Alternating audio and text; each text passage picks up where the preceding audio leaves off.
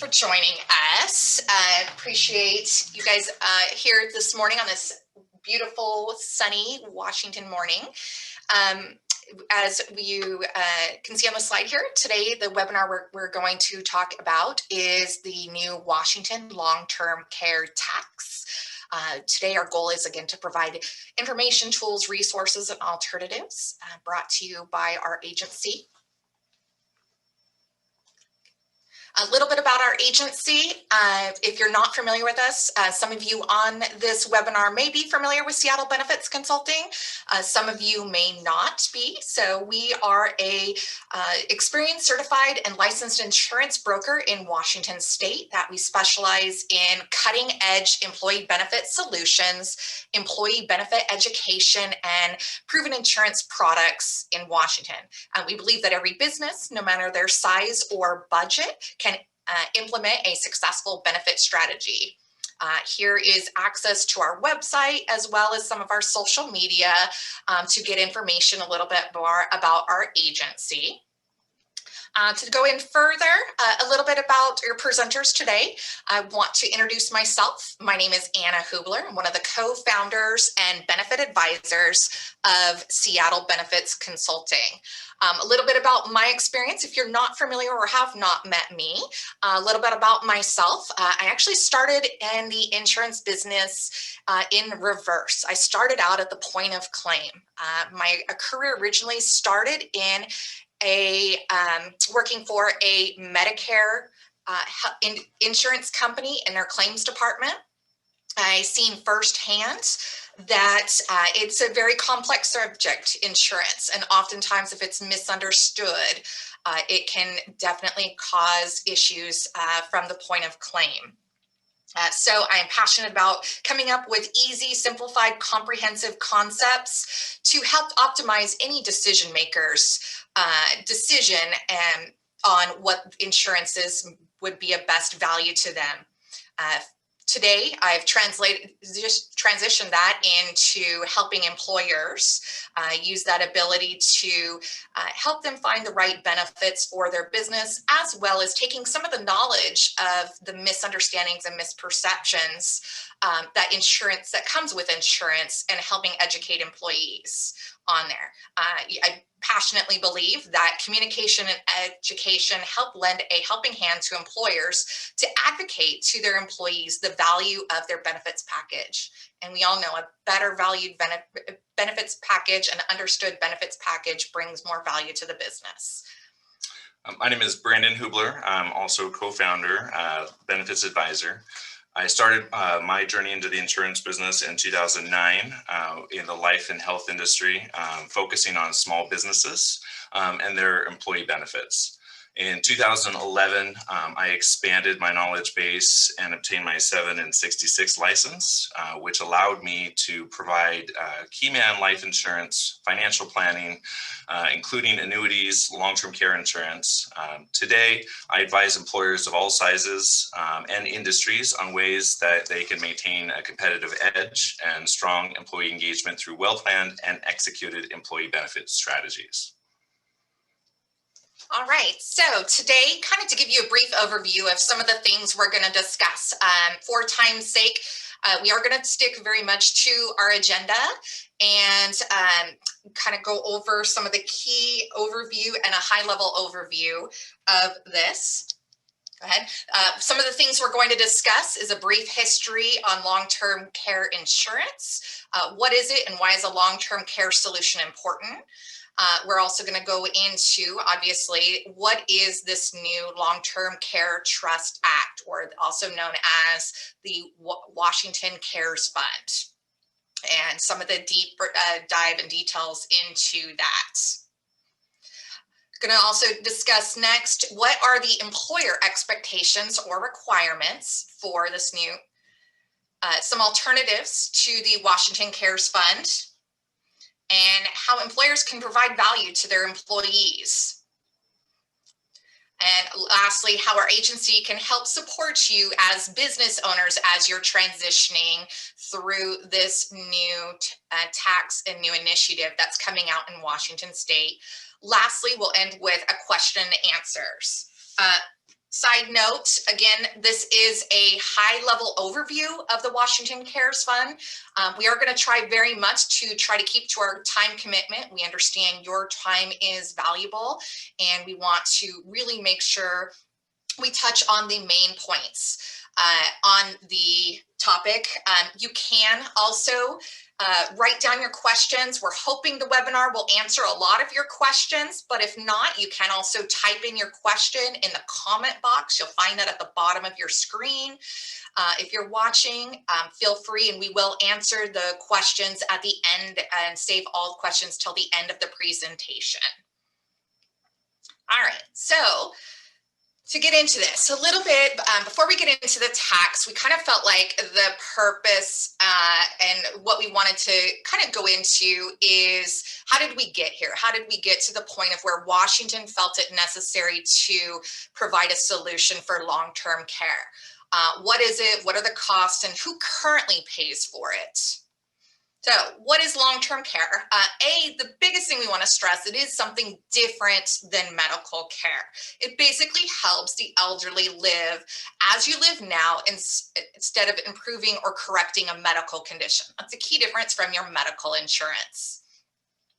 People often think of long-term care strictly as nursing home care, but what a lot of people don't realize is long-term care services actually can help with other things, like they help with their activities of daily living, home care, respite care, hospice care, and adult daycare.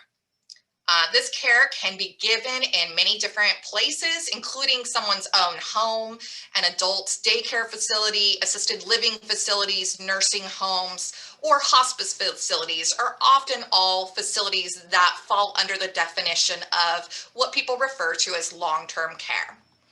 So as it stands, again, what is the cost currently of long-term care? A nursing home on average in the US currently is about $89,000 per year for a semi-private room, or about $7,500 a month. Assisted living facilities are about $4,000 a month, or on average about $48,000 per year in cost. Home care, basically home care is having somebody come to your home. For basic services, it's about $22 per hour. The average person typically spends about $34,000 per year, which it equals to about 6 hours a day, 5 days a week.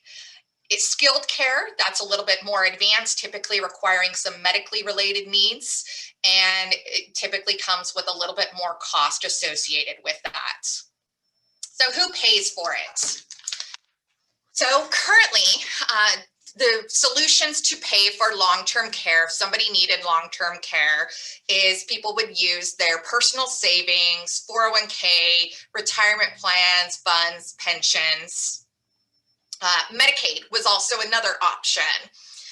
Some people, in order to qualify for Medicaid, it is an income-based state fund, and so many seniors have found themselves where they will almost purposely impoverish themselves so they can provide and have access to a Medicaid solution.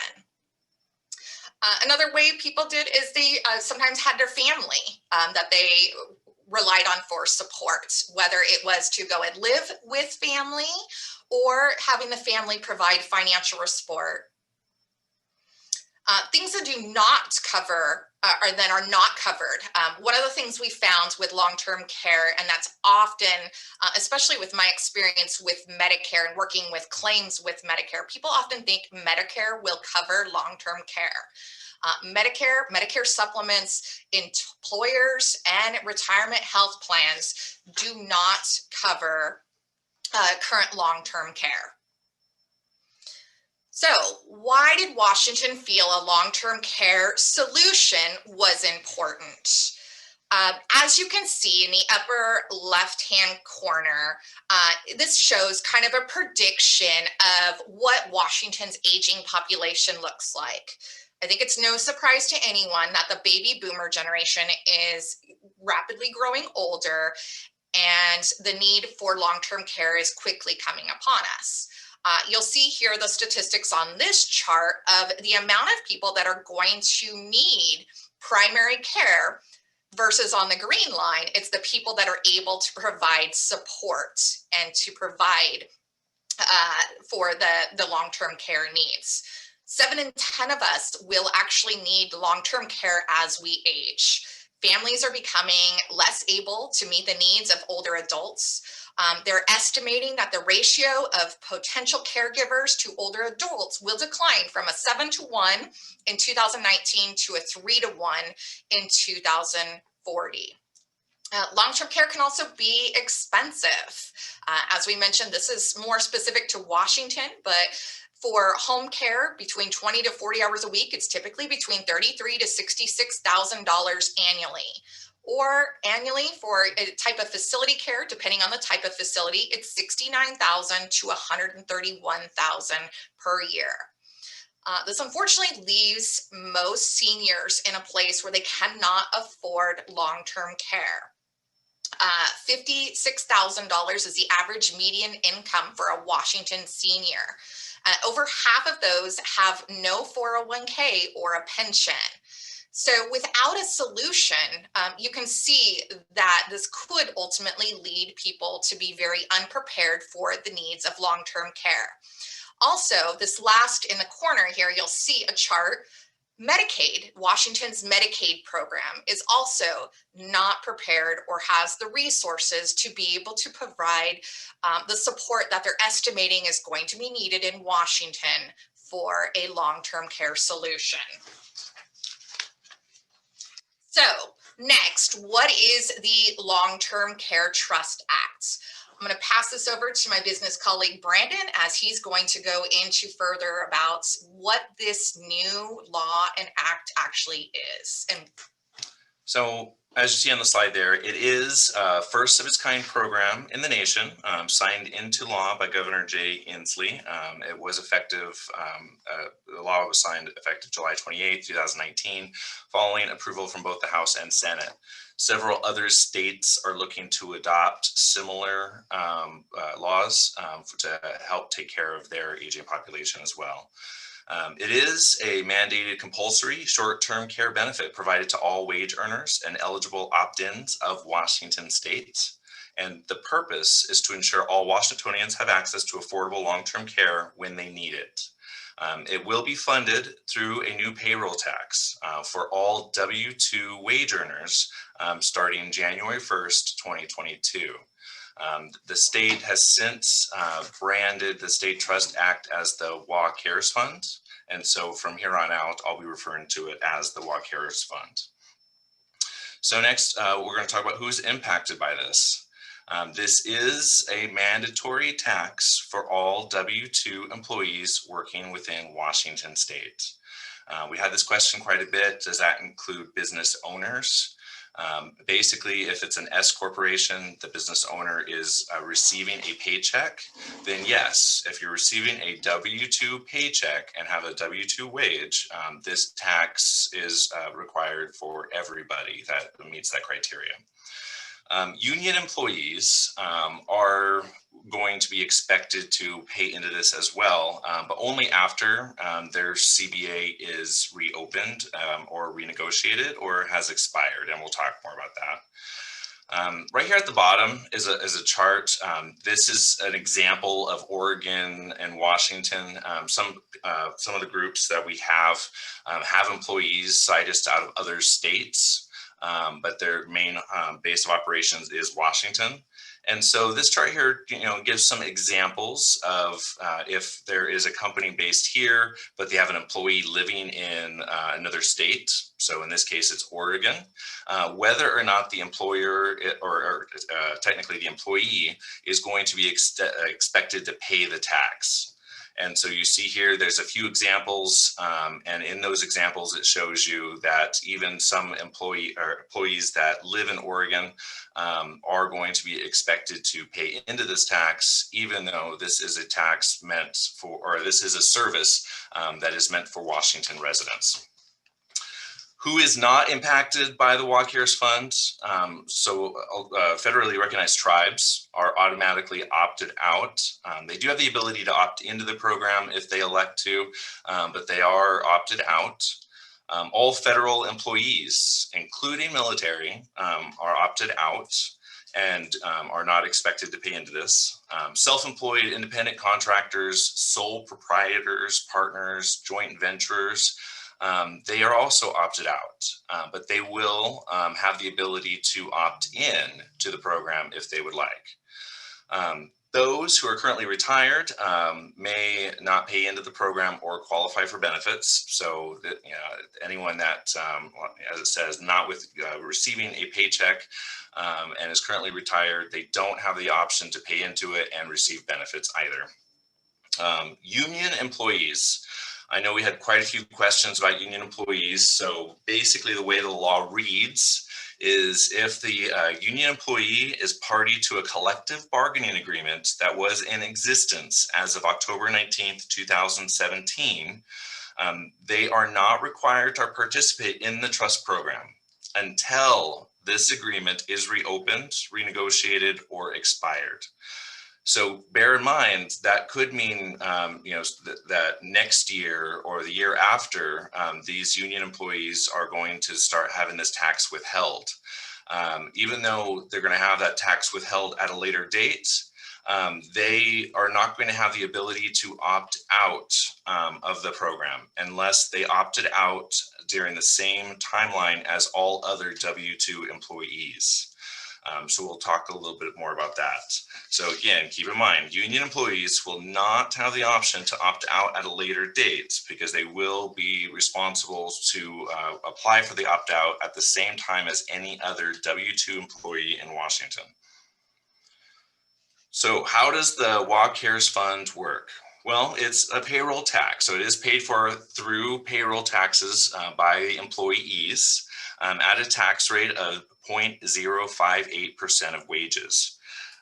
One of the things that came up is people are confusing this with the Paid Family Medical Leave Act, PFML.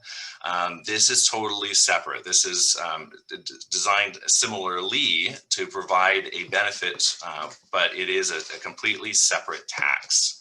So 0.05% or 0.058% of wages without any cap. So as employees receive raises, they're going to pay more and more into this fund. High income earners are going to pay at the same rate as any other person in the state of Washington.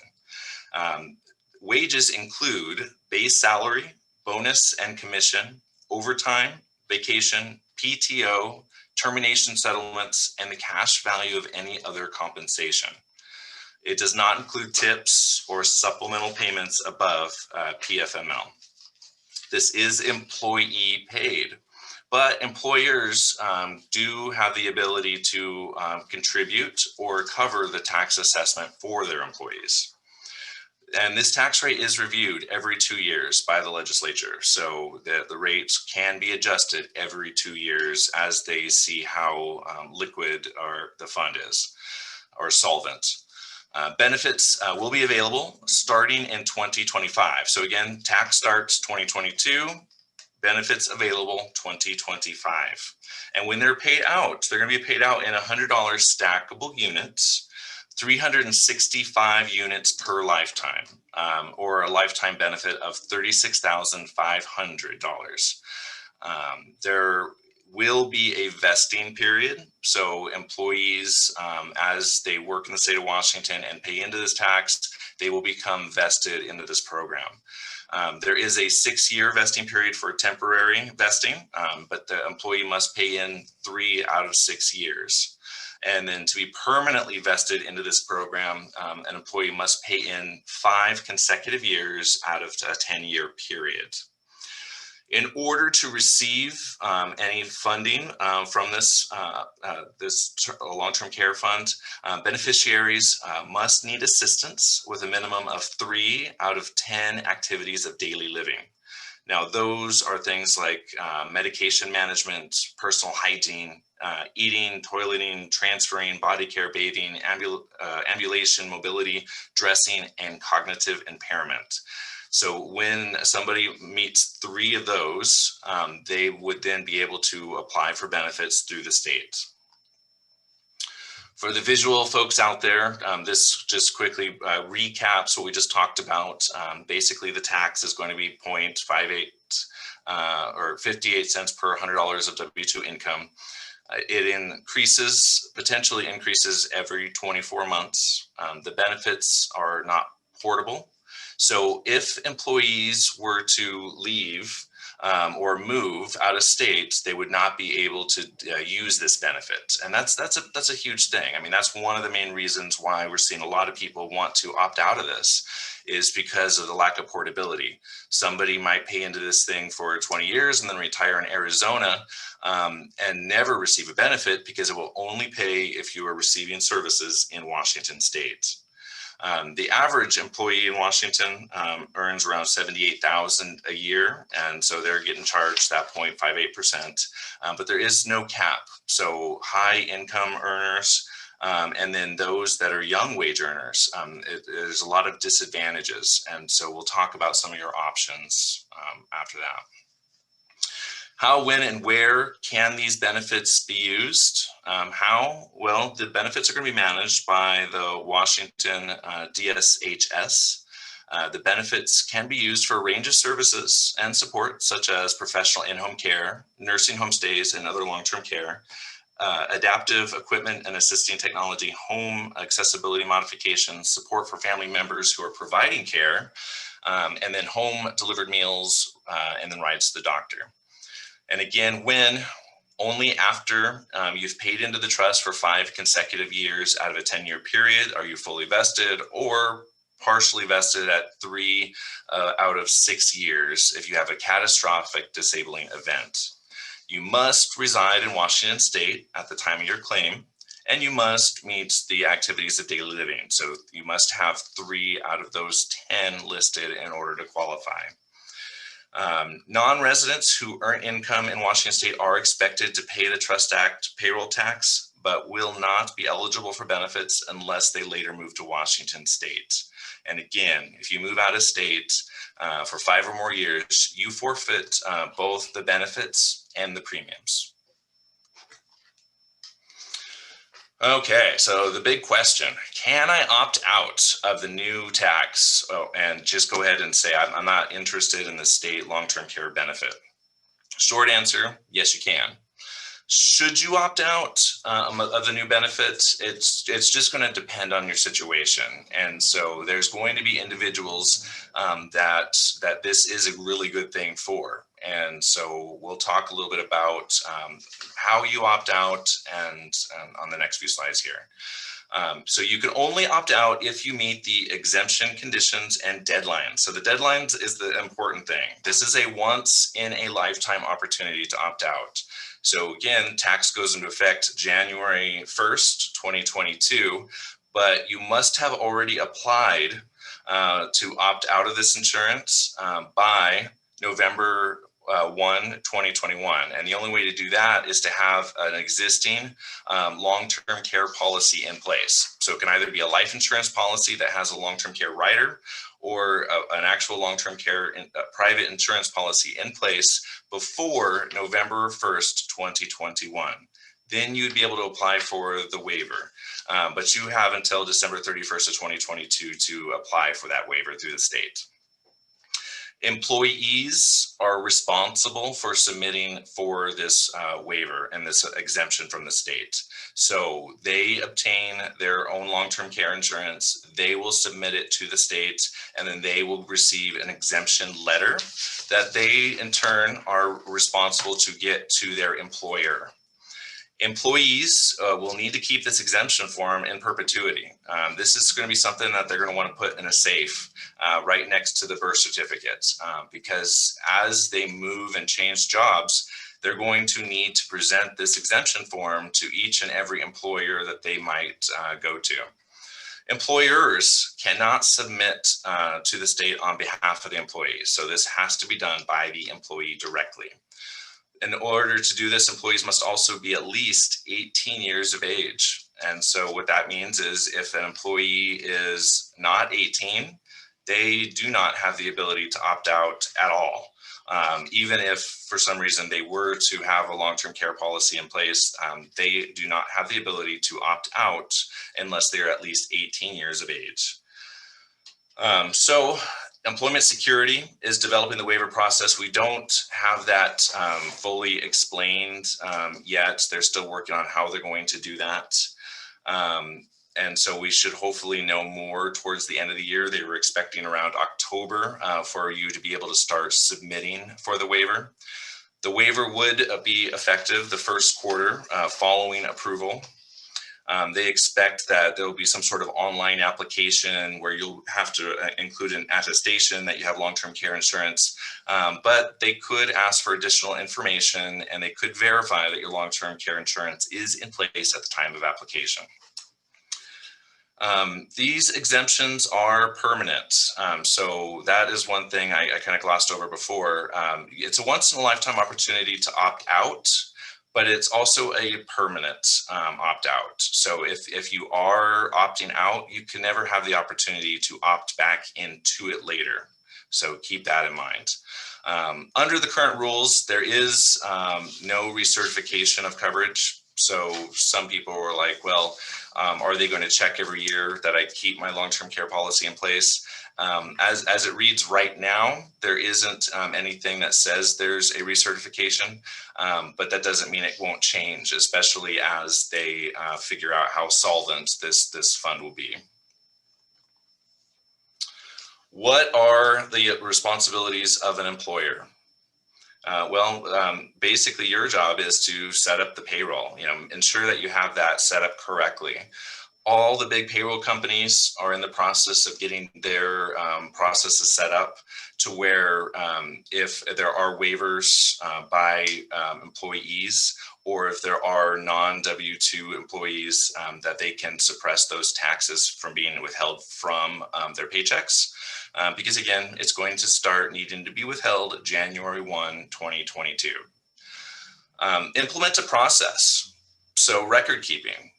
As you hire and as you bring employees on board, or even when this process takes effect at the end of the year, you're going to need to keep these files on hand, keep the submitted waivers, because if you're not withholding payroll tax and you get audited by the state, they're going to want to see proof that there was a valid reason for you to not withhold that payroll tax.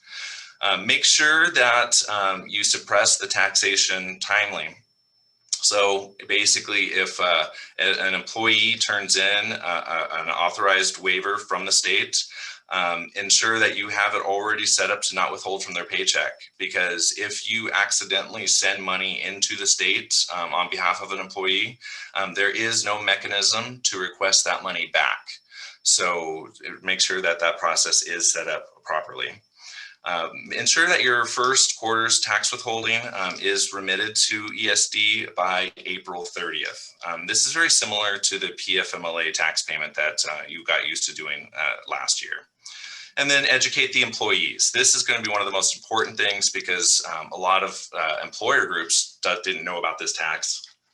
And so that's the same true for the employees. They are going to get this tax coming out of their paycheck. So you're going to be responsible for educating them about how it works and whether or not you're going to offer a group sponsored long-term care plan to help them opt out of that type of plan.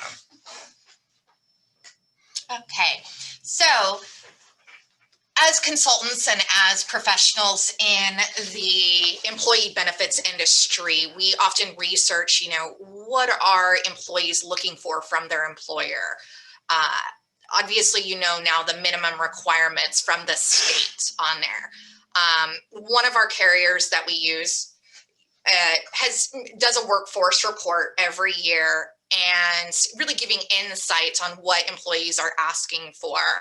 And one of the biggest things, especially in a post-COVID era, is that employees are really saying they want their employer to provide them in environments that makes them feel safe and secure and protected on there. So one of the carriers, we're gonna highlight a couple of workforce report trends of things that employers are saying. These are actually a 2020, 2021 workforce report by AFLAC that they come out with every year. Again, this is just one of our carrier options we have. Unfortunately, they do not have a solution for the long-term care fund or an alternative that's available for Washington, but we feel like they have some important information overall about employee expectations we wanted to just briefly touch on. And one of which, again, is that employers are expecting, no surprise, for their employers to make them feel like their workplace is secure. And a lot of them are looking already, even before this long-term care tax or the Washington Cares Fund came about, they were already looking for supplemental insurance options in the marketplace on there. The other thing employees have said is that communication matters. Communication about benefits, helping provide them and empowering a employee with information about making important financial decisions. I think, after salary, benefits are one of the most requested things, or how to make decisions and provide them resources, information, and empower them. One of the things we've seen that can trend directly is the more people understand their benefits and are educated on their benefits or the availability of options and resources, the more they are valuing that employer that provided it to them. And that's because the employee, you as the employer, you matter to your employee. They are depending on you for one of their biggest assets that they own, and that is their paycheck. So they've told us that, again, your opinion matters. And they're looking to you as their resource for information. So kind of with that knowledge and that insight that we already had prior to this Tax Act, we realized that as of January 1st, there may be a lot of employees out there that might be caught off guard by this.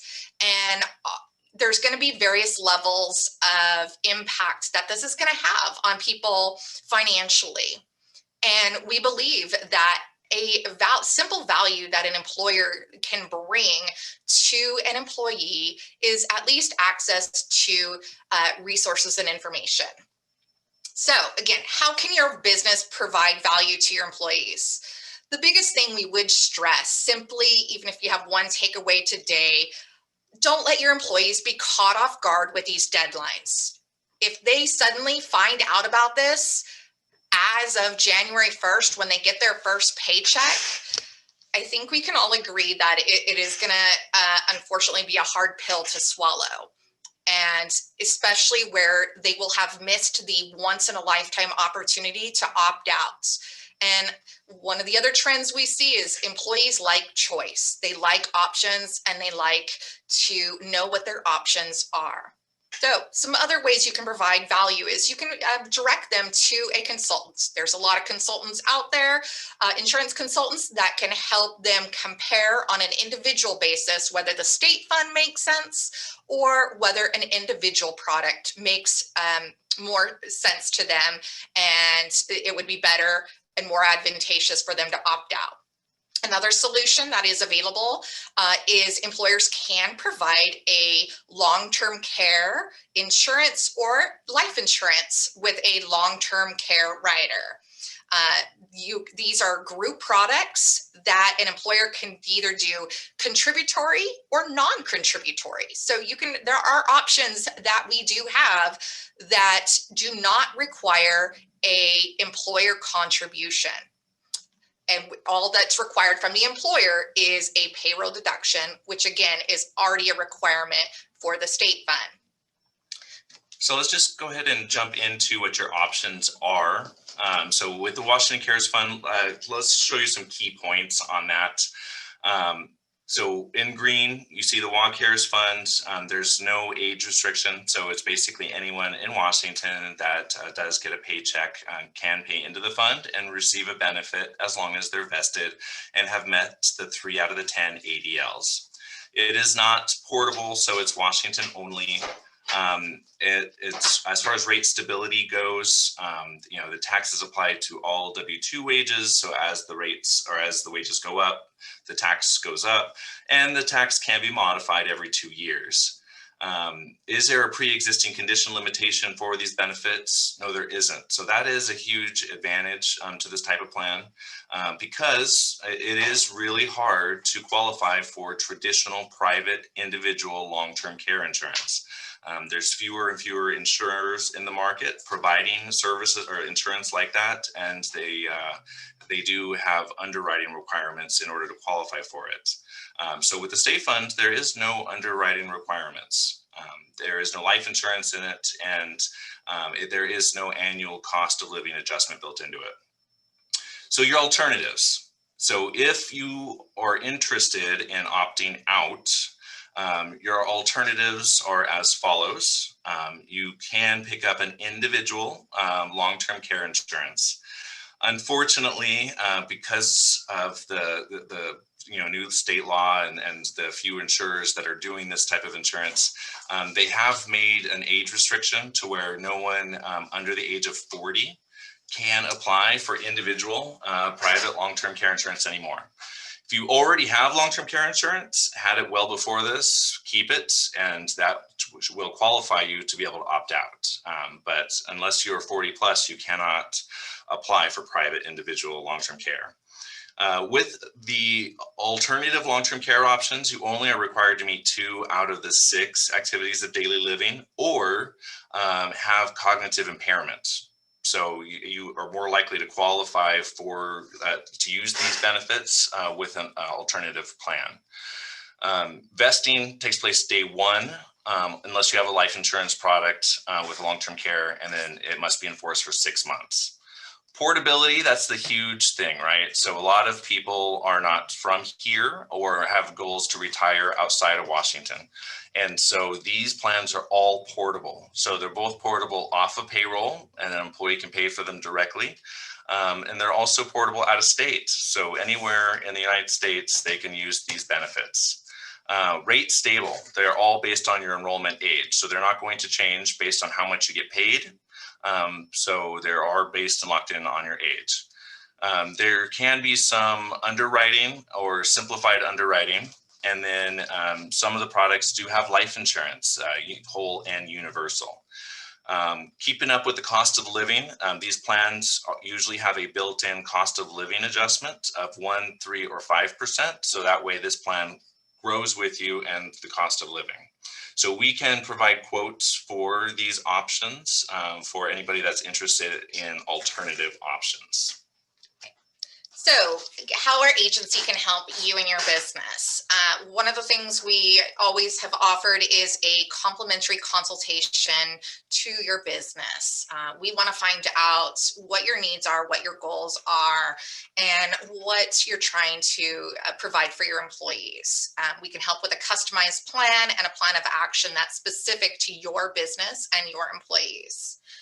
Other things we offer is we do have access to some excellent alternative options with group products. We have a great group long-term care insurance, as well as a group life insurance that has a qualifying long-term care rider. These are 2 options that are okay and are approved by the state as alternatives to opt out of the new tax fund. Again, one of the biggest things we feel a value is if people are going to be required to pay for a long-term care solution, let's make it the most advantageous to their lifestyle and give them a choice and portability so they can be guaranteed that they can take it with them into retirement wherever they want to go in retirement, whether it's here or Washington, and provide better benefits for roughly almost the same cost as the state fund. Lastly, we also help with employee education on this. This is a lot of new information. We understand you're busy running your business. We do come in when we are helping implement some of these alternative solutions. We can come in and help with some of the employee education on this communication of this new tax law. Enrollment facilitation. If you do decide to provide a voluntary option that is employee paid or even employer paid, we will help with the enrollment process from beginning to end, the paperwork, the quoting, everything to get your group started, all the way to the payroll deductions for your business, to make sure it's a seamless process and help you provide an additional value by giving your employees the value of a choice. Lastly, we want to thank you for attending today. We appreciate your patience on that. This is a little bit of information here on how to reach our agency. Next, what we're going to do is transition to some questions on here. Okay, so it looks like the first question, did you say that anyone 40 and older cannot enroll in private long-term care insurance? So what that is we received words that recently the 3 different insurance, long-term care insurance companies, the main 3 that offer individual long-term care in Washington, basically got on the same page and said that they're not going to provide access for long-term care insurance for anyone under 40 years old. That's for an individual product. There are the group products, and there is also the life insurance with long-term care on both individual and group that anyone can apply for. So that 40 requirement isn't a big deal. It's only a big deal if you're looking at strictly long-term care individual insurance. So hopefully that helped answer your questions. If you have more questions, feel free to reach out to us directly, and then I can help clarify that for you. The next question is, for your group to offer long-term care benefits to employees, is there a certain number of employees an employer must have? The employer would have the employee pay the monthly premium for a plan. So in general, yeah, so there are a few plans for small groups that we do have that's available, but you will need a certain number of employees. Right now, minimum group size is 6 employees in order to implement a group long-term care insurance product.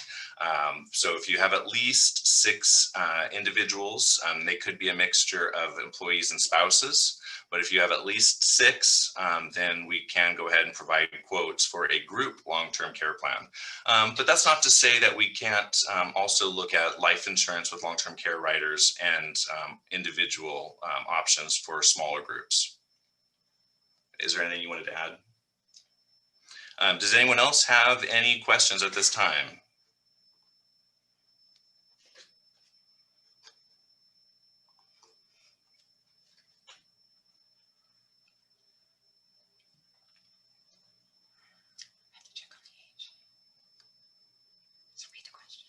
Okay, so we had another question. If we offer voluntary long-term care policy to employees, can they opt to cover family members over 18 also, spouses and children? Yeah, so a lot of these products do offer the ability to cover additional family members. So we could talk more about those options. Feel free to, like I said, give us a call. We can get into what those are.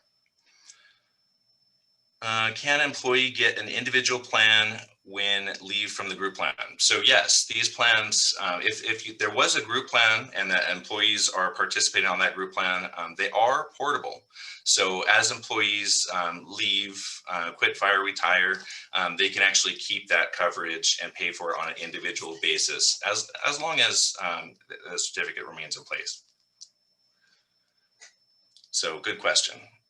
Any other general questions?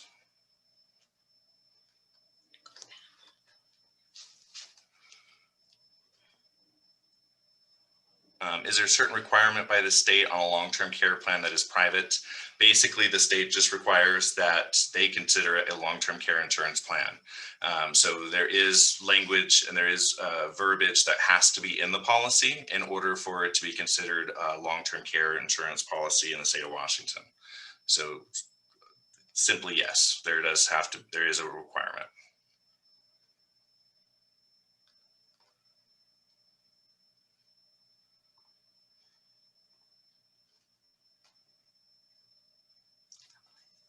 Yes. So when an employee or an individual does pick up a long-term care policy, the rate stays the same.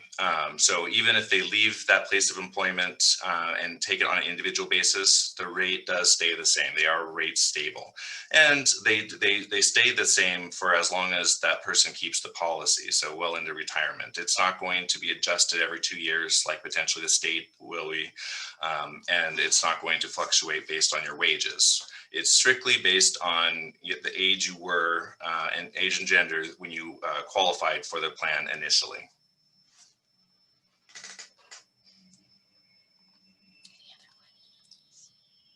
Okay, so it looks like we're winding down on the questions. Okay, so I do see that there's one more question on here. Does the Washington State Partnership Program supersede the Washington Cares Fund? I'm not actually familiar with the state partnership program, but no, it doesn't. It wouldn't well, I would have to look into what that program is, but as far as I know, there's nothing that supersedes the Washington Cares Fund.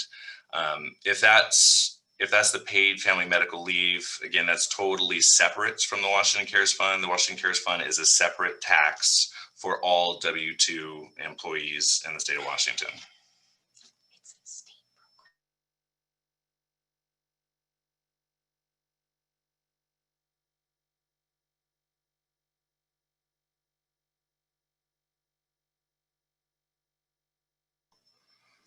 Okay, it looks like I have no other questions, and we did promise to keep this around 45 minutes, so I'm only 2 minutes over at this point. If you have any other questions, feel free to shoot us over an email. I will go ahead and we will send this presentation out to everybody. So you'll have access to it to view at a later date. We're also going to be updating our social media accounts, more information as it comes out. And if you did opt in to receive more information as this tax gets rolled out and they provide further clarifications on things, then look for that in your email inbox. Again, thank you all for attending today. We appreciate it. Again, this is kind of, as you can see, a moving target. We are going to continue and strive to update our clients and potential clients with as much communication and information as we are receiving it. Again, what we hope to deliver for you and the value with our agency is to provide you with access to resources and consultants to help guide you through this process and provide you with solutions. Again, thank you for joining us today. Have a great day.